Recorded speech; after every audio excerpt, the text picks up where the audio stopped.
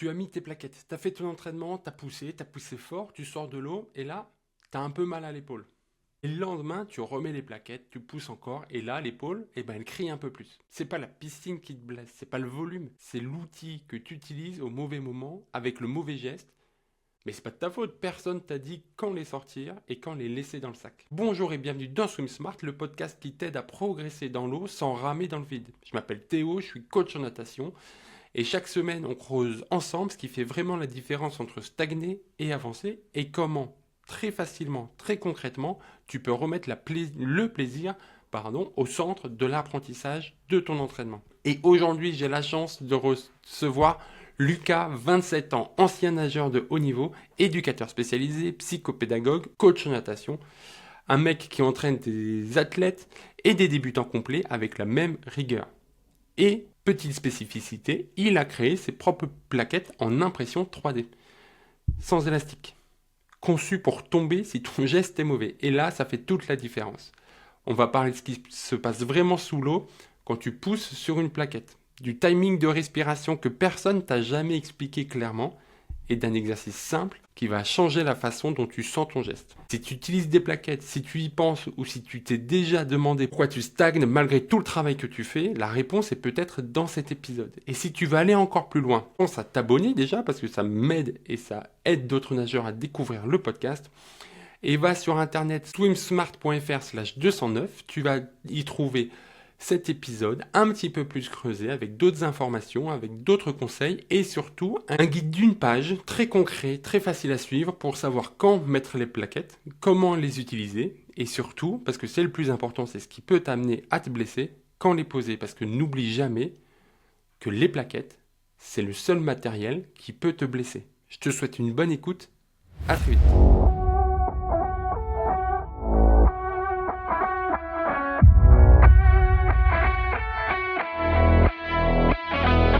Bonjour Lucas, bonjour, comment vas-tu?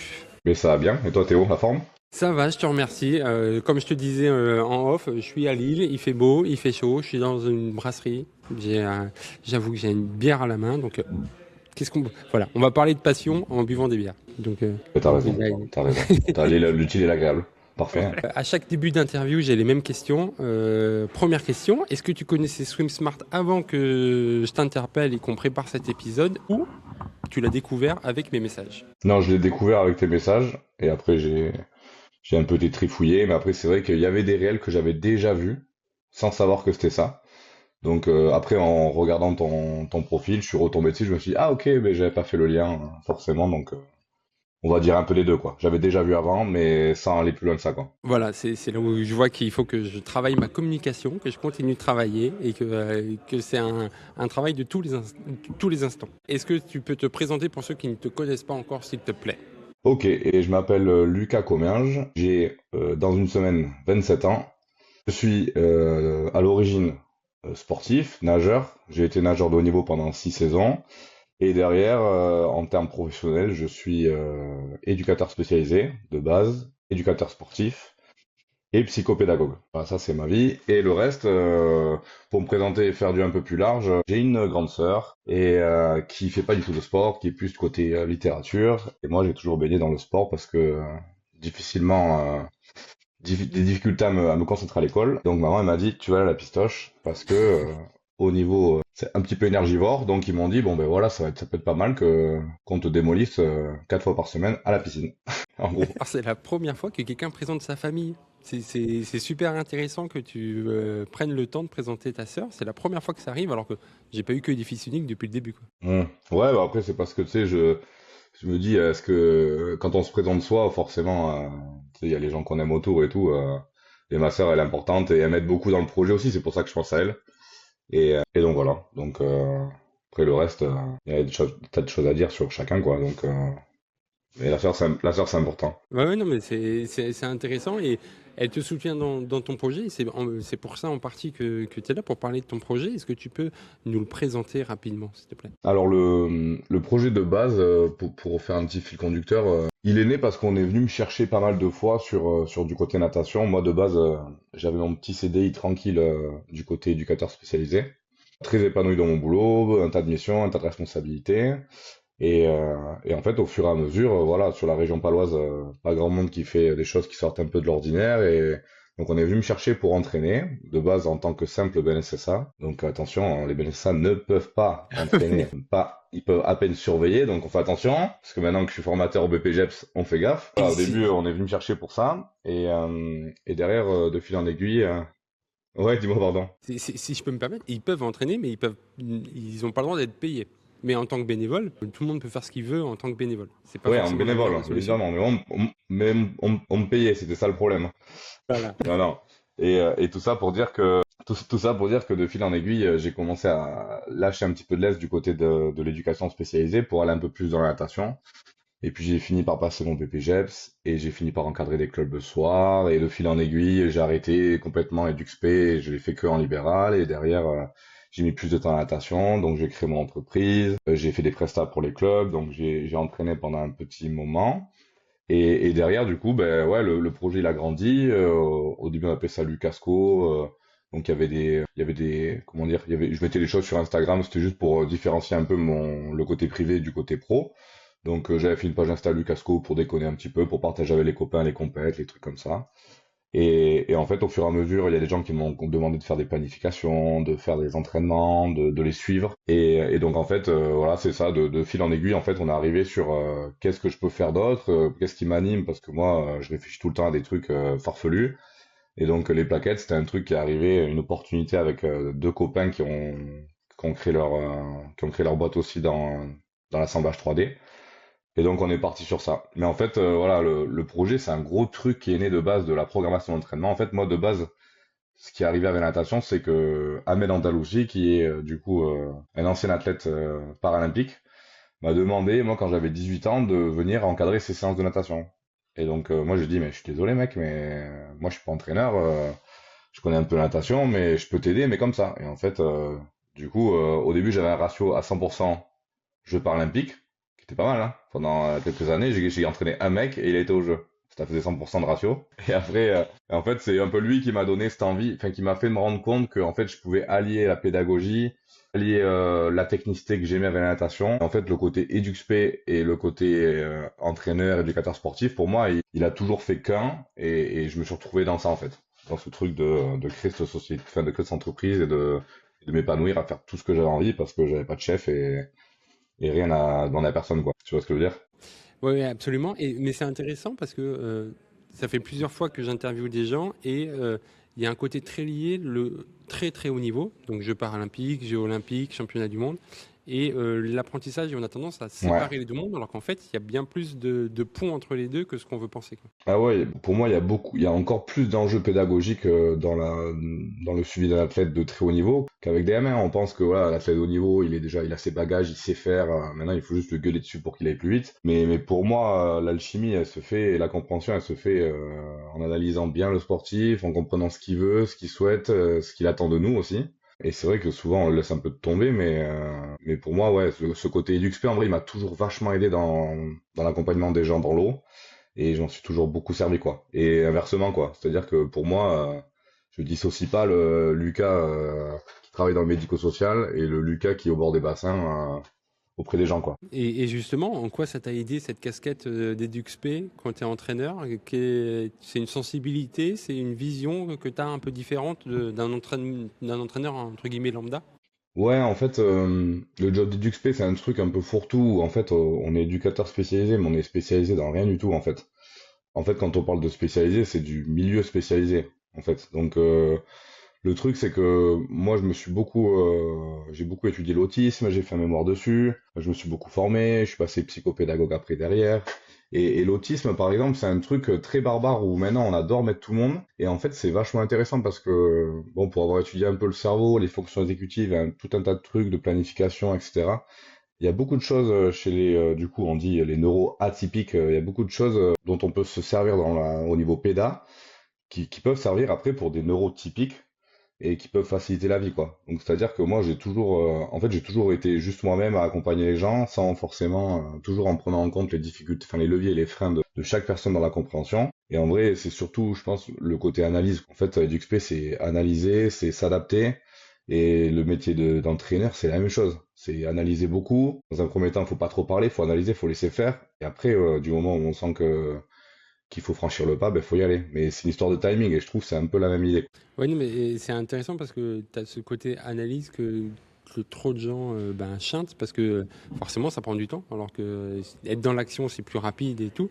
Mais prendre le temps d'analyser, de faire un état des lieux avant de s'entraîner, c'est méga important. Ouais, ouais, ouais, c'est clair. Puis c'est pas toujours évident hein, de comprendre le sportif, d'arriver à l'accompagner avec tous les mélanges d'ego, tous les trucs. Alors là où souvent c'est malheureux parce que je m'y retrouve grâce à ça, c'est que souvent quand t'accompagnes des mecs et des nouveaux qui arrivent sur le club ou quoi, en fait la chance d'avoir fait du haut niveau, c'est que t'es légitime. Et ça, c'était compliqué pour moi au début de me dire que je suis légitime que parce que j'ai fait du haut niveau et pas parce que je suis un super pédagogue, tu vois. Et ça, c'est vrai que des fois, dans l'accompagnement, tu vois, je préfère ne pas dire que j'ai nagé. Parce que quand tu dis, ouais, j'ai nagé 22 secondes au 50 crawl, j'ai nagé 50 secondes au 100 libre, bon, quand t'as trois pélutes triathlètes, tu sais que les mecs, ils vont dire, ok, ouais, bon, ils déconnent pas. Alors que toi, tu sais très bien qu'il y a des mecs qui nagent 46, qu'il y a des mecs qui nagent 20 secondes, et tu vois, et je trouvais toujours intéressant de se dire, mais oui, t'as fait du haut niveau très bien, mais en fait, c'est pas pour ça que je veux qu'on m'écoute, c'est parce que je cherche la solution, et je l'ai cherché, et pas parce que j'ai nagé 10 ans au niveau, tu vois. Et ça, c'est toujours ça, moi, qui m'a un peu tiraillé. Ouais, mais c'est toujours compliqué de ce côté besoin d'être légitime, ce syndrome de l'imposteur, parce que mine de rien c'est ça, et c'est Exactement, très j'allais te le dire, compliqué ouais. à gérer. Mais surtout quand t'es jeune. Toi, t'es encore jeune, tu vois, quand t'arrives avec des triathlètes de la tranche d'âge, là, la mode, c'est la cinquantaine, tu vois, cinquantaine un peu plus. Tu sais, il faut imposer ton style, hein. Et imposer ton style quand t'as 19, 20 ans au début. Bon, moi, j'ai toujours une grosse gueule, donc ça m'a servi. Mais c'est vrai que d'arriver avec du bagage, souvent, ça te sauve un peu la mise, quoi. Bah oui. Moi, en tant que maître nageur, c'est tu sais, les moments où tu arrives et en bébé nageur pour apprendre et que tu n'as pas d'enfant. Tu as tout de suite un décalage de légitimité et que c'est très compliqué à gérer ce syndrome de l'imposteur. Ouais, t'as raison, exactement. C'est vrai que les bébés nageurs, c'est un truc de fou. Souvent, on te prend un peu pas, on te prend pas au sérieux parce que, ah bon, mais toi, t'as des enfants? Non, ben alors comment tu peux m'expliquer? Sauf qu'en fait, c'est pas ça, hein, être maître nageur. C'est pas avoir des enfants et avoir fait les bébés nageurs. C'est comprendre à quoi ça sert et comment on l'utilise, enfin, comment on l'anime, quoi. Ouais, c'est vrai, t'as raison. Et je reviens sur ce parallèle très très haut niveau et amateur, entre guillemets. C'est en fait j'ai l'impression que très très haut niveau, c'est très. En fait, tu as les potards il faut être bien plus précis pour pouvoir progresser que quand tu es débutant ou entre guillemets gens normaux quoi. Ouais, ouais. Et je trouve que c'est pour ça que, tu vois, le côté péda et le côté accompagnement, il est encore plus important. Parce que quand t'entraînes un mec qui fait du très haut niveau, tu vois, et moi même quand je me suis entraîné avec des dames, Damien Joly, avec des Antoine Herlem, Jordan Colo, enfin tu vois, en fait il faut cette proximité-là et comprendre le sportif. Moi j'ai eu Franck Esposito faire, et tu vois, il cherche cette proximité parce que dans un sportif de très haut niveau, ben, il y a plus de haut et de bas que dans un sportif amateur qui va progresser. Il suffit qu'il paye son entrée à la piscine, qu'il y aille deux fois au lieu de une fois, et forcément déjà lui il va être content parce qu'il va avoir de la progression. Le mec qui nage déjà une 56 ou 200 papes, et toute l'année, il va nager une 59, 2 minutes. Et tu vois, il va falloir continuer sur ce fil-là de dire, ben non, en fait, t'inquiète pas, ça va aller, c'est une perf, c'est une prépa. Tu sais, il y a ce côté-là qui est, je trouve, très dur. Tu t'entraînes dur pour te dire, mais putain, ça paye pas encore, mais quand ça va payer? Et puis souvent, quand ça paye, ben, c'est une fois dans l'année, et c'est one shot, et tu prends ta qualif, et si tu l'as pas, ben, ta saison, elle est fichue, quoi. Il y a ça aussi dans le très haut niveau. Mais du coup, c'est ce qui rend ce truc aussi passionnant de se dire le moindre grain de sable, bah ça, il y a tout qui déraille et qui met en péril les 3 4 ans de travail, quoi. Ouais, toi, t'as dû le voir avec Clément Mignon, hein. Lui, il doit en avoir des belles anecdotes sur je me fais chier pendant je sais pas combien de temps et au final ça paye pas et puis la saison elle tombe à l'eau, tu vois, alors que tu t'entraînais comme un chien, quoi. Après, c'est le lot des sportifs, hein. Des sportifs de haut niveau, hein. Ouais, et puis c'est ce qui crée cette émotion quand ça marche ou quand ça foire, c'est que tu as tous ces heures et ces Quand années ça de marche, travail derrière. c'est clair. Et bon, on va revenir un petit peu sur le sujet de cet épisode et de pourquoi j'ai eu envie de t'avoir au podcast. C'est, tu t'es lancé dans les plaquettes. Alors déjà, pourquoi tu t'es lancé dans les plaquettes? Qu'est-ce qui t'a donné envie? Quel constat t'a amené à ça? Bon, alors, le plus gros constat que j'ai pu faire, c'est que je vais rebondir sur une petite vidéo que j'ai regardée d'Amaz il y a pas longtemps, là. Tu sais, il disait, j'écoutais un petit peu parce que avec le BP, là, on s'amuse à écouter ce que disent Malcolm, ce que disent des mecs qui ont beaucoup d'abonnés sur les réseaux et tout, savoir ce qu'ils en pensent, que nous, on fait comme observation. Et c'est vrai qu'il disait que pour lui, tant que t'avais pas techniquement un bagage nécessaire sur du crawl et d'autres nages, ben, il fallait oublier les plaquettes. Et tu vois, et je suis un peu de cet avis-là, de se dire que les plaquettes c'est intéressant, ça permet d'avoir des sensations, mais que si t'es pas propre techniquement et si t'as pas le bon geste, il faut pas venir se tirer deux balles dans les pieds avec des plaquettes. Et moi, ce que j'ai observé, c'est que bah, ils sont beaucoup à avoir, tu sais, les plaquettes, bon, pour pas citer la marque qui est française et qui sponsorise maintenant Antoine Griezmann, mais en gros, t'as ces plaquettes-là, tu sais, bleues où tu rentres les doigts, qui sont bien faciles à mettre, etc., mais qui sont clairement dites pour débutants, mais pas du tout adaptées quand on est nageur débutant. Et c'est vrai que moi, je me suis souvent arraché la tête à dire, ouais, non, mais tu sais quoi, évite ces plaquettes-là, il vaut mieux que tu t'achètes des fingers, tu vois, qui te prennent juste les doigts, tu sentiras un peu mieux et ça te tirera un peu moins les épaules, quoi. Et en fait, voilà, je me disais, putain, c'est vraiment pas ouf, c'est pas ouf. Je voyais des fingers, les fingers de chez Speedo, de chez Arena, on les voyait, elles sont chouettes, mais sans plus. Moi, j'étais pas hyper emballé par ce que je ressentais quand je les essayais, parce que moi, je suis hyper curieux, hein. Donc, c'est-à-dire que quand il y a des mecs qui venaient nager avec du matos que je connaissais pas, tac, je vais à l'eau, je fais 50, je ressors, j'essaye, ouais, bof. Et en fait, je me suis dit, mais purée, mais qu'est-ce que c'est une plaquette en fait? Plaquette, c'est un bout de plastoc avec un petit peu de silicone sur les côtés pour pas tuer Mireille et Jean-Philippe qui font la brasse. Mais de base, c'est un truc assez simple à faire. Et tu vois, quand tu discutes avec les anciens, j'ai discuté notamment avec Patrick Kerbouche, qui est un ancien nageur qui entraîne maintenant dans le coin. Il me disait, mais nous à l'époque, on se les faisait les plaquettes. Et du coup, tu vois, ça m'a fait travailler. Et je me suis dit, mais putain, mais moi aussi, je veux créer mes plaquettes. Moi aussi, je veux le faire et comme ça, ben, elles seront comme je le veux, quoi. Et en fait, sur le même timing un peu, j'ai deux copains qui ont acheté une machine à imprimante 3D là. Ça, c'est la mode en ce moment, je passe, tu vois, sur les réseaux. Et en fait, ils commençaient à me faire des goodies, tu vois, ils m'ont fait des porte-clés pour Lucasco, ils m'ont fait quelques trucs par-ci par-là, tu sais, en déconnant, quoi. Et donc, au final, j'étais les voir, je leur ai dit, mais purée, mais ça vous dirait pas qu'on essaye de faire des plaquettes? Donc là-dessus, ils m'ont dit, oh purée, tu fais chier, tes idées, tes idées farfelues encore. Et on va y passer trois plombes. Et du coup, je m'y suis plongé là. Et donc j'ai été chez eux, on a commencé à travailler. Tu vois, comment dire? On a regardé par rapport aux plaquettes finisses. Il y a des plaquettes finisses jaunes où on peut juste rentrer le doigt qui sont très grandes, mais qui sont pas mal. Et en fait, je me suis dit, j'adore ces finisses, elles sont très chouettes, ils sont très forts finisses dans ce qu'ils font, je trouve. Mais ça fait trop plastoc, c'est pas assez rigide, et je trouve que c'est trop grand. Et donc on est parti de ce constat-là, j'ai dit ok, j'aimerais qu'on parte de cette base, parce qu'il faut bien partir d'une base, tu vois, pour l'incurvation de la main, pour savoir d'où tu pars. Je dis mais moi je veux que la plaquette s'arrête là, donc on a commencé à écrire sur la plaquette, à découper la plaquette, bon c'est parti en cacahuète.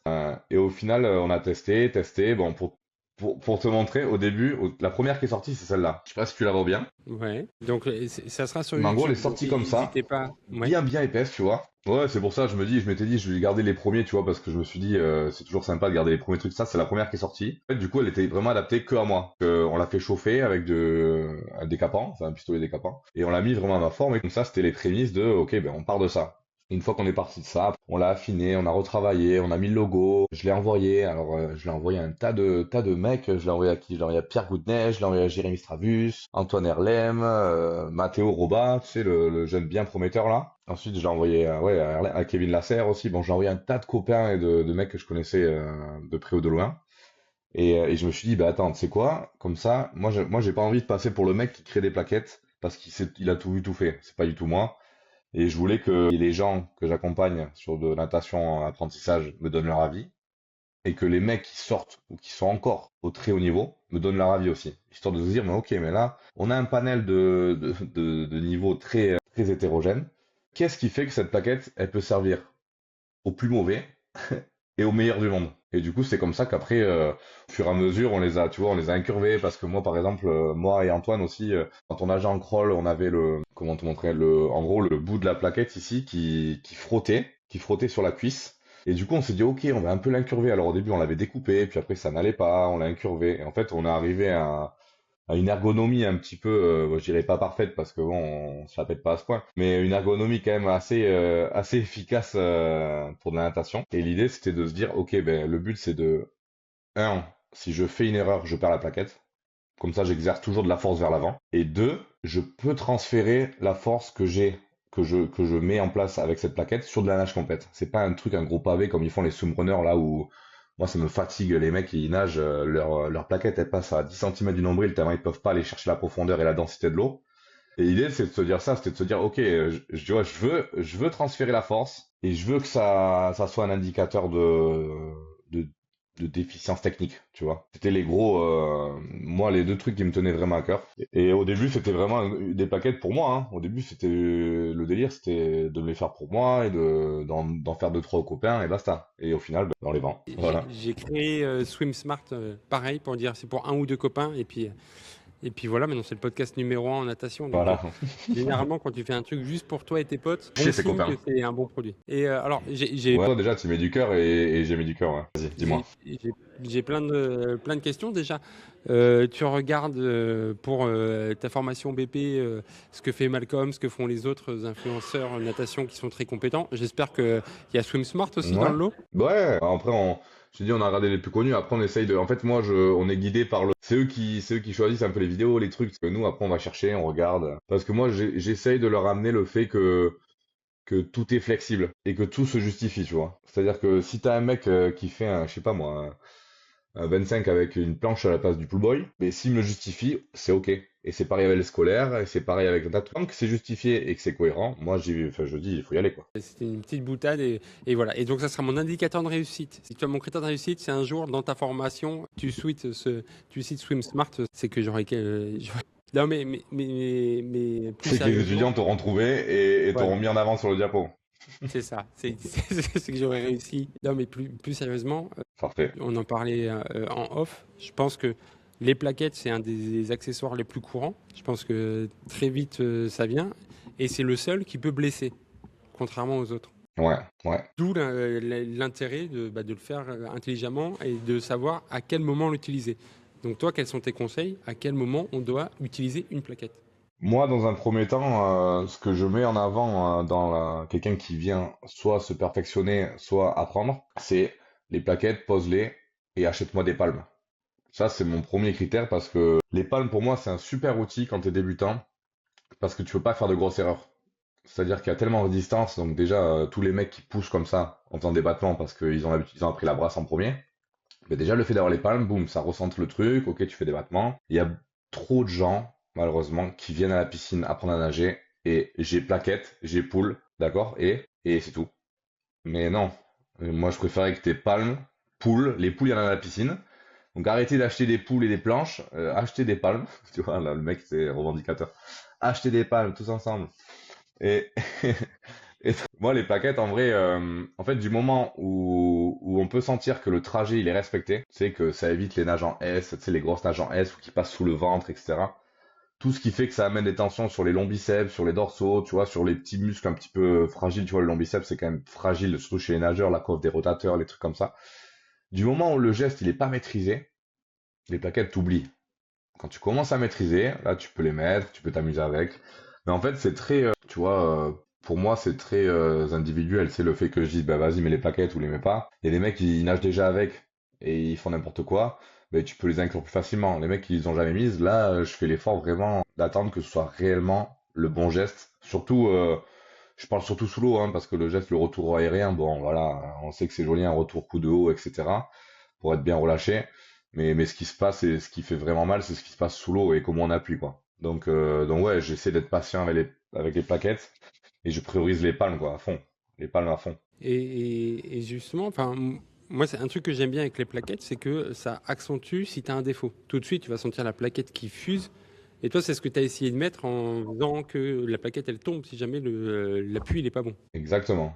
Ouais, en fait, si tu crées de la force toujours vers l'avant, t'as le poignet, la main un petit peu cassée, donc forcément, l'eau va venir appuyer la force que tu mets. Donc forcément, la plaquette, elle va tenir. Du moment où ta main, elle passe comme ça, ben forcément, la plaquette, comme moi, elle a pas d'élastique, ben, elle s'en va, tu vois. Donc ça, c'est ce qu'on essaye de mettre en avant. Et il y a aussi, moi, sur la plaquette, ce que je dis souvent aux gens, parce que ça arrive, tu sais, des fois, t'as des gens qui te disent, ok, ben, qu'est-ce qu'elle a de plus que les autres? Enfin, pourquoi j'achèterais ça? Bon, ok, elle a des couleurs, ok, on s'en fiche, quoi. Et je leur dis, en fait, moi, ce que je trouve le plus intéressant, c'est que ça, t'as des gens qui sont un peu aigris, hein, dans la vie. C'est, qu'est-ce qu'elle a? Ok, bon, ben voilà, on s'en fout un peu de ta plaquette. Bon, l'idée, c'est de se dire, moi, je trouve qu'il y a un petit effet savonnette.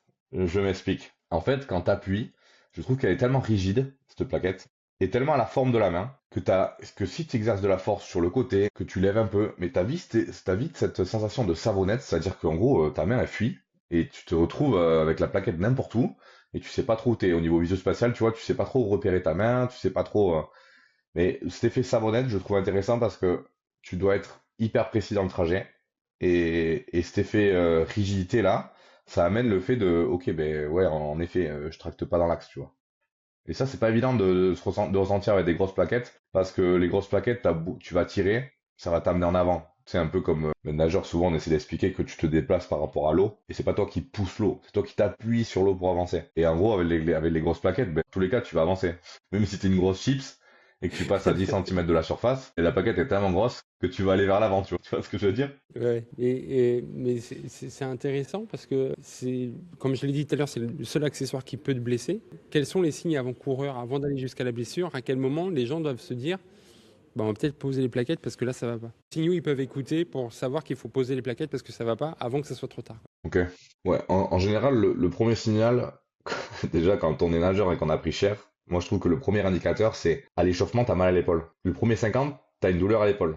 Déjà, ça c'est très mauvais signe. Parce qu'après, tu sais, t'as les mecs qui te disent ah non mais c'est bon, c'est passé, c'est bon, c'est chaud. Ouais, mais le problème c'est que c'est chaud.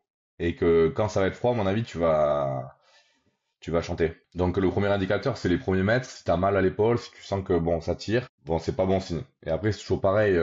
Ce qui est dur avec la natation d'apprentissage, c'est que les gens, ils font pas de distinguo entre ce que c'est une contracture, ce que c'est un tendon inflammé, ce que c'est un mal de tête, et ce que c'est. Ce qui est dur pour eux, c'est de se repérer un petit peu les douleurs, quoi. Quand t'es pas Ouais. sportif, le rapport à la douleur, c'est pas le même. Et pour moi, c'est important tu vois, de communiquer, tu vois, le premier indicateur, c'est pour nous, en tout cas les coachs. Toi, tu parles un peu plus des nageurs, mais pour les coachs, nous, on a ce devoir aussi d'observer les grimaces et le mec qui se tient l'épaule un peu en mode ça tiraille. C'est à nous de venir leur dire, ben tu vois là, qu'est-ce que tu ressens, t'as mal, ok, ben si t'as mal, à mon avis, tu ferais mieux de mettre les palmes. Et ainsi de suite, parce que les gens, bon, je le dis grossièrement, les gens lambda, ils ont pas un rapport précis à la douleur comme peut avoir un sportif, où il va te dire, voilà, là c'est un peu inflammé, mais je peux y aller. Là c'est mort, faut que j'arrête. Eux, ils ont pas cette connaissance du corps là que tu peux avoir quand tu te fais mal pendant toute une semaine à nager 2 fois par jour, etc. Il faut arriver à sentir son corps, sentir et ressentir, moi je dis. Oui, et puis tu as ce côté-là, enfin, pour connaître son corps et son encaissement à la douleur, il faut avoir testé ses limites, quoi. Donc si tu l'as jamais fait et que tu passes d'un coup, tu vas Ouais, pas, exactement. t'as pas la clé de lecture de ta douleur. Ouais. Oui, oui, oui, c'est ça. Non, non, mais exactement. Tu vois, des gros nageurs, les tendinites, c'est tous les ans. Alors, tendinopathie, tendinite, peu importe, inflammation du tendon, ça arrive tout le temps. Et il faut savoir calmer le jeu pour laisser guérir, revenir. Il faut et c'est vrai que enfin, je pense pas qu'il y ait un seul nageur qui ait jamais été jusqu'à l'inflammation qui te fasse très très mal. Et donc forcément, il faut avoir été jusqu'à cette douleur ignoble pour pouvoir se dire avant, ben ouais, la dernière fois ça m'a fait ça à ce moment-là et j'avais pas arrêté. Et peut-être que j'aurais dû. Et ça, tu vois, le grand public, je pense qu'il l'a pas en tête. Et c'est normal en même temps. Oui, c'est normal. Et du coup, on sait les signaux pour poser les plaquettes. Est-ce que tu as des signaux pour à quel moment c'est important de mettre des plaquettes, à quel moment ça va être utile de mettre des plaquettes? C'est utile sur des gens qui, tu vois, qui ont le bon geste, mais qui prennent pas d'eau, qui manquent de force, qui manquent de tonicité, d'endurance musculaire. En gros, en termes d'endurance de force, la plaquette, ça va être intéressant parce que ça amener plus de résistance et sur un effort aussi conséquent que de nager normalement. Donc en fait, tu vas venir amener plus de résistance encore, mais plus de force sur le même temps quasiment.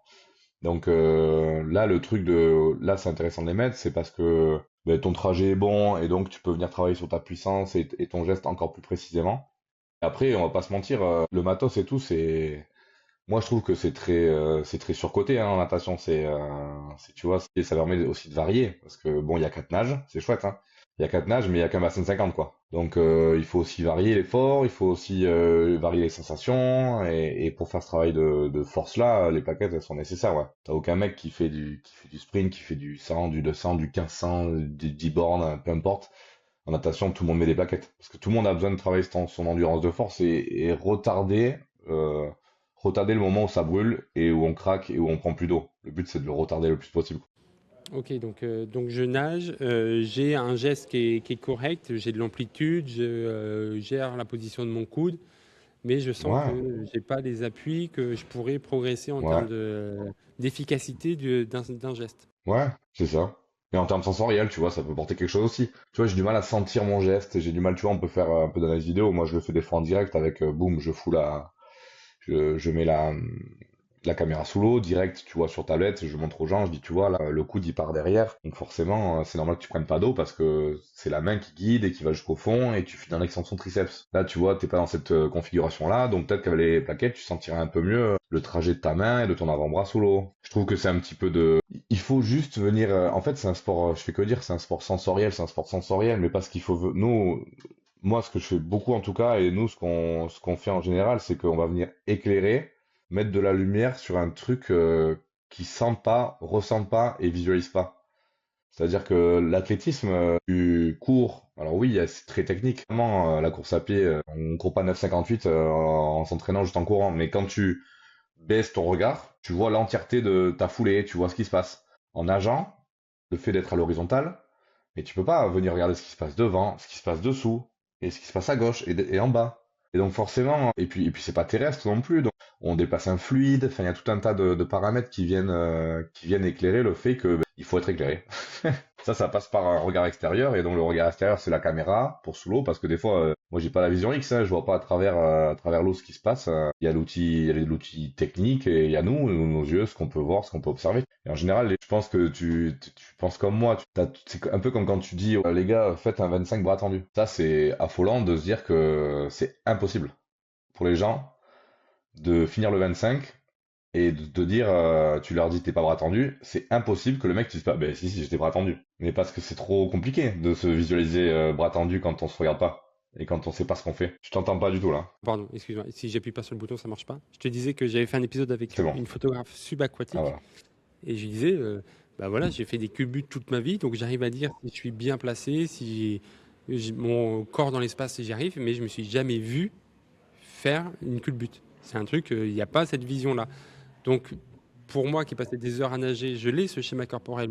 Pour quelqu'un qui nage juste de temps en temps, le schéma corporel et sa situation dans l'espace, c'est ultra compliqué. Ah, mais oui, c'est un calvaire, hein. Et puis même, et après on parle de la nage débutant, mais même pour un mec qui nage très fort, t'as toujours l'impression de faire des choses que tu fais pas, tu vois. Enfin, c'est obligatoire de se représenter quelque chose et que la réalité elle soit soit assez proche, mais à la fois pas assez précis, soit à des années-lumière, quoi. Et donc, c'est pour ça que toi, tu as fait une plaquette qui ne s'attache pas, pour que tu aies ce critère de réussite tout de suite en mode, bah non, la plaquette, elle est tombée.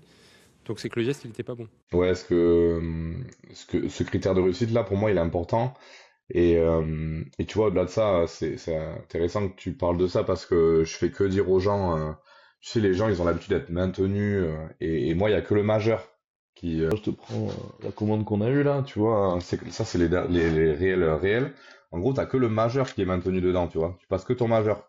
Et en fait, les gens, ils ont tellement l'habitude d'être serrés, d'avoir 10 élastiques, ils se disent, mais attends, mais la taille, elle est trop grande, c'est trop grand. Je dis, non, mais en fait, je vous explique, c'est que t'es comme ça, et en gros, je sais pas quelle taille c'est ça. Donc ça va.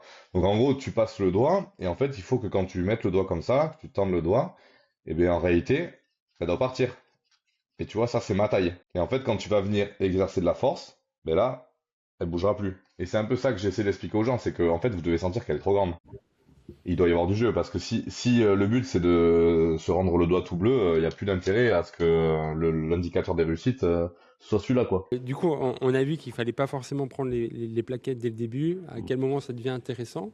Comment on les intègre dans un entraînement? Ça, c'est varié, ça dépend un peu du public qu'on va y chercher. Tu vois, moi j'ai beaucoup de triathlètes et des mecs qui veulent apprendre le crawl. Et tu vois, moi je l'intègre d'abord sur des éducatifs. C'est-à-dire que le mec, tu vois, par exemple, on va faire un peu de rattrapé, tu vois. Alors j'essaie d'éviter le rattrapé, c'est toucher main comme ça. J'essaie de faire un truc où tu décales parce que tu dois engager l'épaule.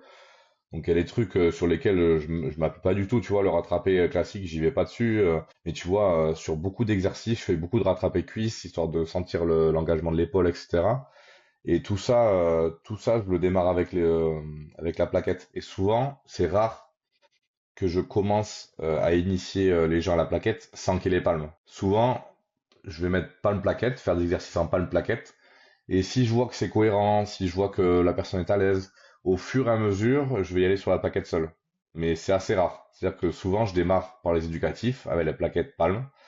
Et au fur et à mesure, j'enlève cette palme et je passe sur des exos qui sont plutôt bas et bras, mais toujours en exercice. Et après, une fois que j'ai quelques critères, tu vois, sur des exercices, après la natation, ce qui est chiant avec la natation, c'est que tout le monde parle un langage différent. Des fois, tu sors d'exercices, tu fixes soit notre ménageur avant ou notre entraîneur, c'est carrément autre chose. On n'a pas ce langage universel, donc chaque coach a son langage. Et c'est vrai que moi, en gros, j'ai un critère de 15 exercices crawl qui me servent un petit peu de step, quoi. C'est-à-dire que, ok, ben, tu fais ça, ça et ça.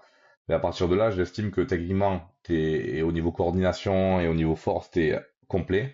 Et à partir de ce moment-là, tu peux aller au niveau au-dessus, tu vois. J'ai des petites deadlines dans ma tête d'exercice. Et je m'appuie beaucoup sur l'exercice mais en même temps, tu vois, il faut faire, moi, je fais beaucoup d'exercices, beaucoup d'aéro et beaucoup d'apnée et beaucoup de vitesse, tu vois. J'essaie de tout intégrer.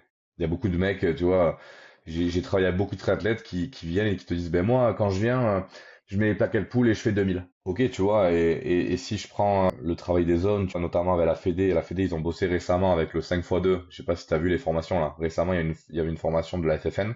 Ils essaient de faire des petites formations là entre midi et deux. Je sais pas si tu as vu ça. Ouais, sur les visios, ouais. Ouais, et ça, trop chouette. Et tu vois, j'en avais su une pour étudier le 5x200. En gros, c'est un 5x200 où tu peux étudier les zones de 1 à 5 et savoir où le nageur pêche. Est-ce que c'est un aérobie lactique, un aérobie lactique, bon bref. Et en fait, du coup, j'essaie de leur dire, ok, mais là, du coup, tu viens pour faire quoi? Tu viens pour être en mode aérobie, donc zone 1, tu vois. Tu viens pour nager pendant 2000 mètres sans t'arrêter, très bien. Mais sur quelle zone t'es en vélo? Et sur quelle zone t'es en course à pied? Mais t'es sur la même.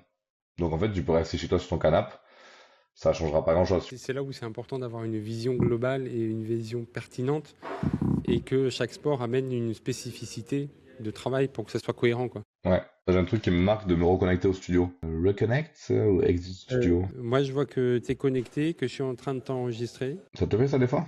Je me reconnais peut-être? Pour moi, j'ai le voyant comme quoi je t'enregistre et j'ai ton son. Donc pour moi, tout est bon. Bon, ok. Haut les mains, la maîtresse en maillot de bain, je touche à rien. Donc on a bien compris que le 3000 pool plaquettes, on va éviter de mettre de côté. Et comme tous les outils, ce qui est important, c'est de savoir pourquoi on les met et qu'est-ce qu'on essaye de travailler. Exactement.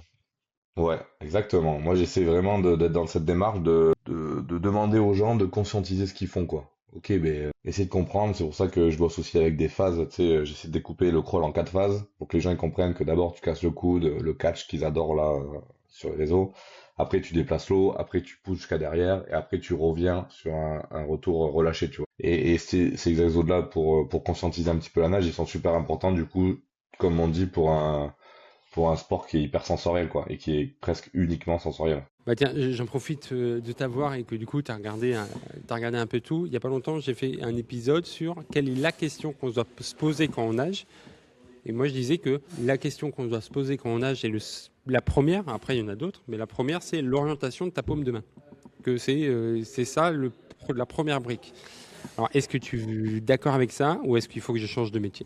Ah, non, non. Après, dans tous les cas, tu vois, le début du geste, il part de là, hein. Moi, après, je suis un peu sur le même principe, c'est que moi, j'attache beaucoup d'importance à où est ta main au début de l'effort, tu vois, enfin, au début de l'attraction. En fait, c'est un peu le même principe, hein. Tu vois, où est ta main et comment elle se positionne et comment tu fais pour aller vers l'avant. C'est-à-dire que, tu vois, je suis assez pointilleux sur, tu vois, les gens qui déplacent et que tu vois tous les remous parce qu'ils commencent le geste comme ça, ils tapent l'eau à la surface, ils déplacent l'eau directement et du coup, tu as tous les remous qui descendent.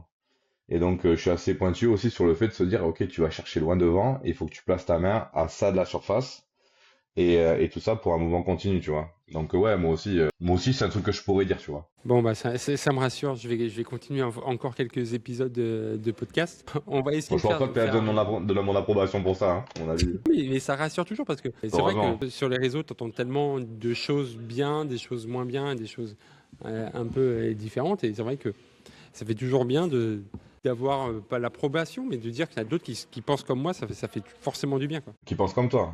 Ouais. Moi, cette histoire de, là, vu qu'on enregistre, on a dit, on peut parler de tout. Moi, cette histoire de catch, ça me fatigue. Si tu savais, j'en peux plus d'entendre ce catch-là. Je trouve que le catch, c'est un truc qui est très léger et on en fait beaucoup trop, tu vois. Je sais pas si pareil, je regarde les vidéos parce que je suis curieux. Tu vois, les mecs, le catch, ils sont ici, là, et ils te disent le catch, c'est jusqu'à ici. T'as déjà vu un mec nager comme ça au jeu? T'as déjà vu un mec catcher comme ça au jeu? Parce que franchement, il fera pas de finale, hein. Ah oui, je suis d'accord avec toi. Et j'ai fait un épisode avec quelqu'un qui m'a parlé de catch et je lui ai dit stop, arrête. Non, mais c'est moi, je peux plus. Et le truc, On se c'est que, tu rejoint sais, là-dessus. non, mais c'est ça. Et puis, en plus, le truc, c'est que, tu sais, comme les réseaux, ça marche, ben là, en ce moment, sur les réseaux, t'as Amaz, t'as Malcolm et t'as Pierre.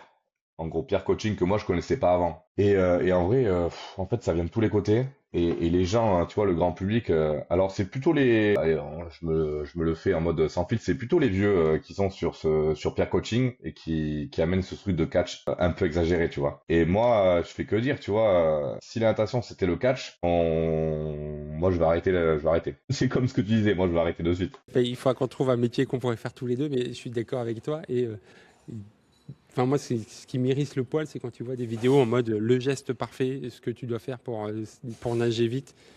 Enfin, il y avait un geste parfait, je pense qu'on aurait plus de champions olympiques chaque année, quoi. Mais oui, mais surtout, après, tu vois, pour des nageurs et des mecs qui sont pédagogues comme nous, qui essayons d'amener des choses, tu vois, au grand public, c'est compliqué de travailler avec des gens, tu vois, par exemple, tu vois une vidéo sur Instagram du mec qui a le plus d'abonnés, bon, pareil, je citerai pas, on va pas faire de pub, mais tu vois, il parle de natation et il parle d'un mec qui cite comme très très bon techniquement, et franchement, je le regarde, sans en faire des caisses, mais j'ai pas loin d'avoir envie de dégueuler, tu vois. Tellement, je trouve ça affolant d'avoir autant d'abonnés et de montrer un mec qui nage comme ça. Et pourtant, c'est pas faute d'avoir fait du lien parce que avec lui notamment, j'y suis allé là-bas sur cette super piscine.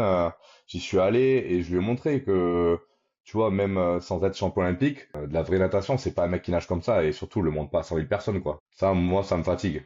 Pour le grand public, pour nous, ça nous aide pas en fait dans notre pratique, je trouve. Je sais pas ce que t'en penses, mais moi, je trouve que ça nous dessert plus que ça nous sert. Oui, oui, non, mais de toute façon, c'est tout élément un peu dogmatique en mode il faut faire comme ça et tout.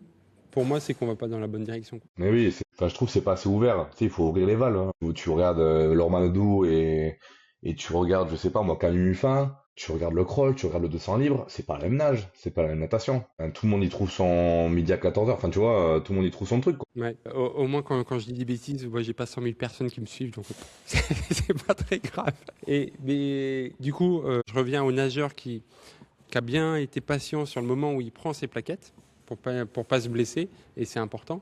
Il a bien compris qu'il ne Ouais, devait pas faire tout ouais, un entraînement avec des plaquettes. Comment il utilise ces plaquettes? ouais. Des exos types, et surtout les points d'attention. Parce que moi, je dis toujours qu'un exercice, il est efficace si tu mets de l'intention derrière. Si tu dis juste, je fais du rattrapé pour faire du rattrapé, ça sert à rien.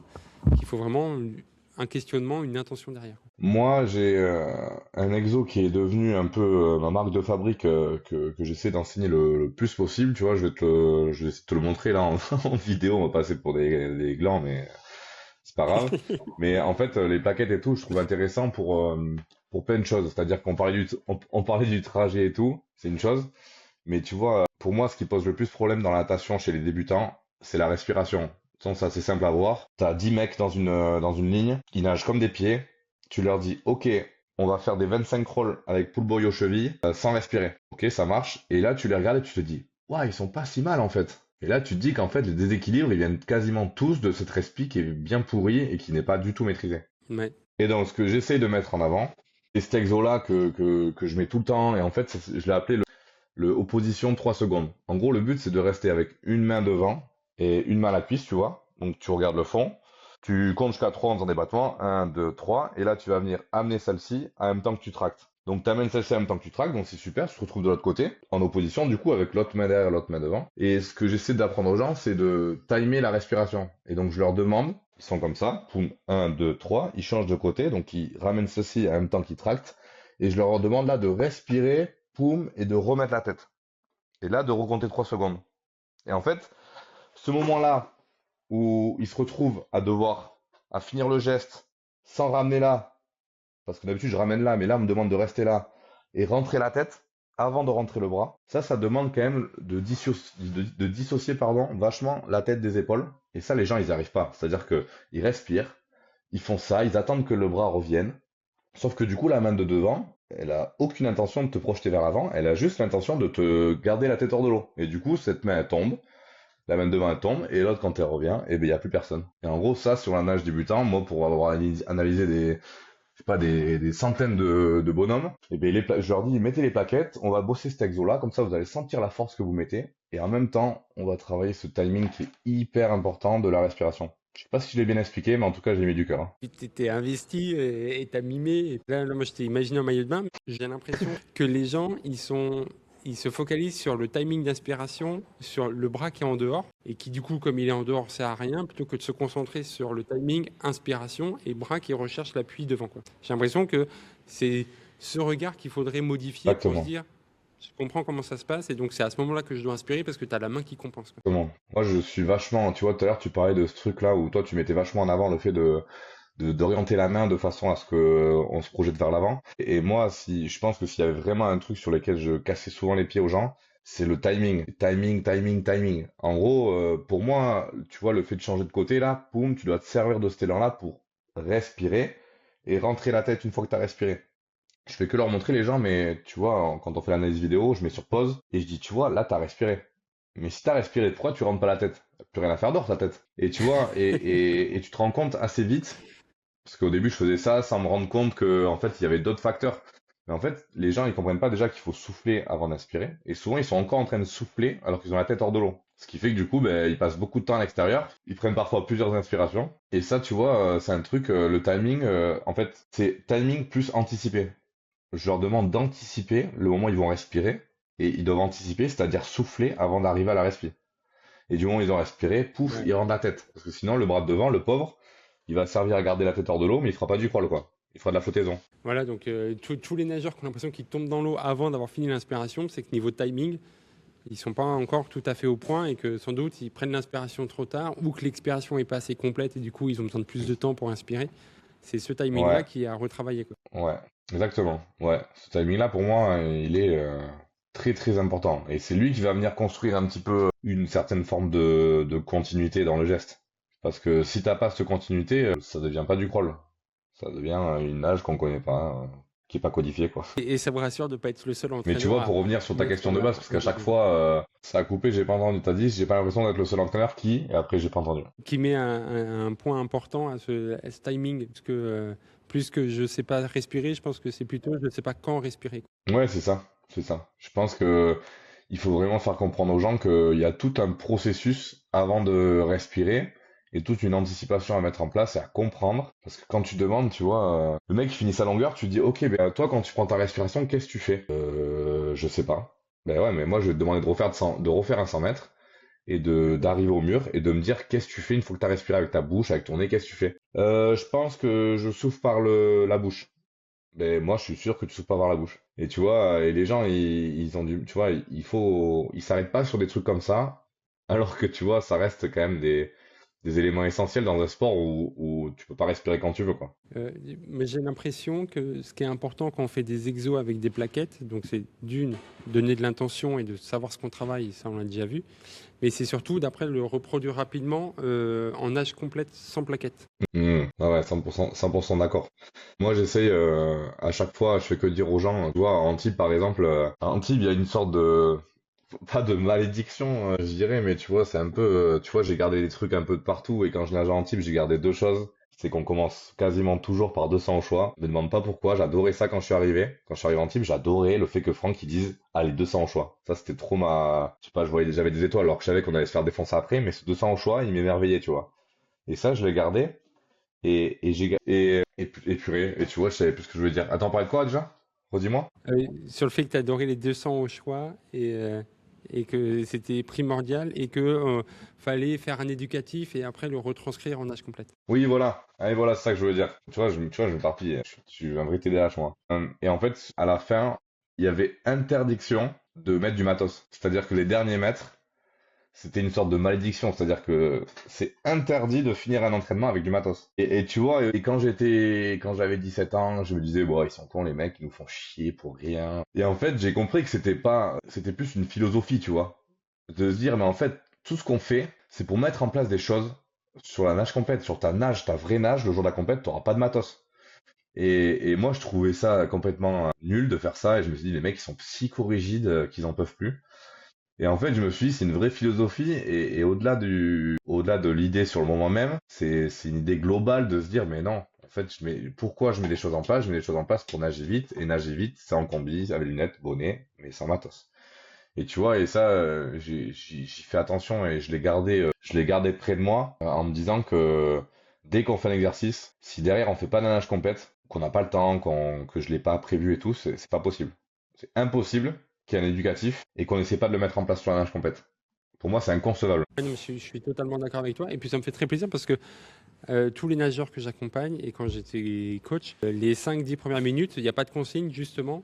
Je pense que, alors je ne vais pas dire qu'on se rejoint avec Franck Esposito parce que bon, voilà, quand j'étais petit, je mettais mon réveil pour le regarder nager. Donc. Mais c'est ce côté-là en mode, il faut prendre le temps de se centrer, de se reconnecter à ses sensations et que si tu mets des consignes, j'ai l'impression que ça noie un peu ce message-là. Exactement, exactement. Et puis j'ai eu cette impression aussi de me dire qu'en fait, il faisait ça pour que nous, on se construise pour la séance, tu vois, qu'on se formate pour la séance en se disant, ok, ben t'as 200 mètres pour toi, pour te réveiller quand il est 7h30, pour, tu vois, pour gérer un peu tes douleurs, on en parlait tout à l'heure. Il y a un peu de tout ce truc-là, et c'est vrai que moi, je l'avais pas connu avant.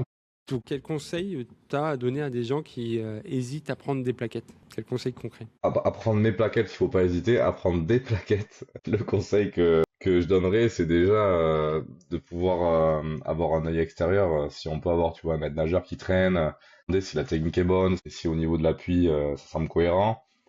Et après, tu vois, c'est en termes de vitesse de nage aussi, tu vois, on peut aussi se référer à ça. C'est-à-dire que quand tu nages plus de 2 minutes, on peut se dire qu'il y a d'autres choses à aller chercher techniquement que dessus de mettre du matos, tu vois, et de venir travailler cette endurance de force, qui a un certain niveau requis pour mettre les plaquettes, et qu'à partir de ce niveau requis, que ce soit un niveau de temps ou un niveau de distance, ou juste un niveau technique. Et en tout cas, déjà, il faut se faire conseiller parce que la meilleure image qu'on peut avoir de soi, c'est celle qu'on nous renvoie. Donc, il faut essayer de se poser la question, de poser la question autour de nous de si on est bien techniquement. Et après, du moment où techniquement on est bien, qu'on commence à avancer et qu'on commence à avoir une certaine routine qui se met en place, qu'on nage bien, qu'on s'entraîne bien, là, ça va être intéressant de venir travailler sur cette endurance de force, de venir travailler sur cette technique avec plaquettes et de venir varier un peu les plaisirs, quoi. Parce que bon, quand on nage 1000 mètres, 800, 1000 mètres, bon, ben voilà, on peut très bien faire des palmes, alterner un peu, mais quand on commence à nager plus fort, ben voilà, il faut alterner, il faut travailler des muscles différemment,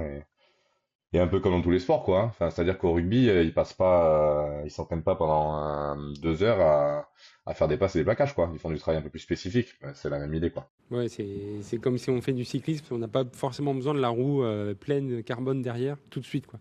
Il y a peut-être d'autres choses à travailler avant de se dire on va la rajouter pour pouvoir progresser encore. Exactement. Il y a des steps. Pour moi, il y a des steps à respecter. Et le step technique, il est très important. Et une fois que techniquement on se sent bien en place, et là, on peut envisager de venir varier les plaisirs. Ouais. Pour moi, hein. Après, c'est toujours pareil. Tu sais, ça dépend de la vision de l'éducateur et du pédagogue. Hein. Mais c'est une vision que je partage et surtout que je trouve que on banalise un peu l'utilisation des plaquettes alors que, encore une fois, c'est le seul accessoire qui peut te blesser contrairement aux autres, quoi. Tu vas pas te blesser si le pull boy tu l'utilises mal, alors que les plaquettes, si. Donc il faut vraiment faire très attention à ça, quoi. C'est pour ça qu'il vaut mieux privilégier des plaquettes un peu plus petites pour commencer, et puis au fur et à mesure, si on sent qu'on met de la force, que ça commence à être un peu limitant, pareil en termes de résistance, ben là on peut aller chercher un peu plus gros. Enfin, il faut essayer de faire comprendre aux gens que les étapes c'est pour tout, quoi. C'est un peu, tu vois, quand t'es jeune permis, t'as pas de suite eu une voiture qui faisait 150, 200 chevaux comme t'as dans les breaks familiales et tout et tout. Là, c'est la même idée. Et tu démarres, tu nages tranquille, t'es propre techniquement, au fur et à mesure t'es un peu plus aguerri et tu vas venir chercher ça, quoi. Même idée. Pour moi, il faut d'abord être assez aguerri, assez propre techniquement pour pouvoir envisager de mettre plus de force sur les bras, quoi. Alors, est-ce qu'on va y arriver? Est-ce que tu es là? Est-ce que tu m'entends? Voilà. Oui, oui, oui. Non, mais je sais pas pourquoi ça se déconnecte. Après, ouais, t'as vu, t'es là et moi aussi. Bah ouais, on C'est est trop tous les bizarre. deux là. Je crois que c'est signe qu'il faut qu'on se rencontre en vrai et qu'on ne fasse plus la visio, quoi. Mais t'as vu Clément Mignon, tu mets un quart d'heure à récupérer les données, mais nous on est obligé de faire des breaks, tu vois. Voilà, On c'est a un ça. vieux couple déjà. On n'arrive plus à se surprendre.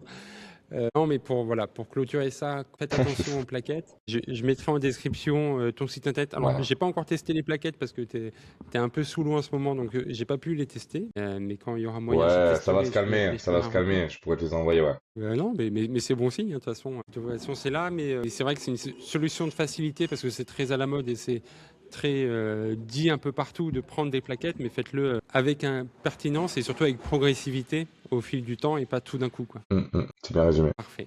Et qu'est-ce qu'on peut te souhaiter? Où est-ce qu'on peut te suivre peut-être pour si on veut avoir des informations sur ces fameuses plaquettes? Ben, il y a plusieurs choses. Alors là, on a mis en place par rapport au suivi individuel, il y a le site lucasco.fr. Donc c'est assez simple, lucasco.fr. Et après, il y a l'Instagram, c'est Lucasco Natation. Et voilà, après, sur Instagram, j'essaie de mettre un max de choses, de partager un petit peu la vie d'entraîneur et les différentes assos avec lesquelles je bosse. Et après, voilà, ce qu'on peut souhaiter, bon, déjà, la santé, évidemment, même si janvier s'est passé, mais ben, la santé d'abord, et puis après, voilà, la réussite, ça fait un peu too much, mais en tout cas, le fait de toujours s'amuser et de s'épanouir dans ce qu'on fait, je pense que c'est hyper important. Et puis le bonheur, ça découle un peu de tout ça, quoi, de se faire kiffer. Tout à fait. Tout à fait. Et puis, j'ai la chance d'être de plus en plus invité à droite à gauche avec Swim Smart.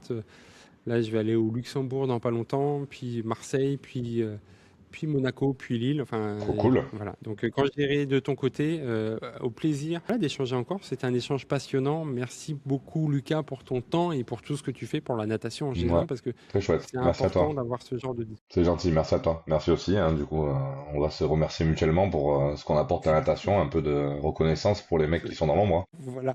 Pendant les différentes coupures, j'ai regardé. Tu parlais de 100 000 abonnés. J'en suis à 121.